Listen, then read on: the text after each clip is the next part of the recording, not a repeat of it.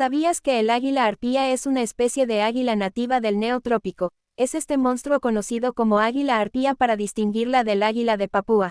Se le suele denominar águila arpía americana, y es una de las mayores especies vivas de águilas del mundo, y la mayor y más poderosa rapaz de su hábitat. Por lo general vive en la copa más alta del dosel de las selvas tropicales de tierras bajas. Actualmente se ha extinguido en muchas zonas de su área de distribución, debido a la destrucción de su hábitat, y está casi completamente extinguida en la mayor parte de Centroamérica. Junto con el águila filipina en ocasiones figura como el águila más grande,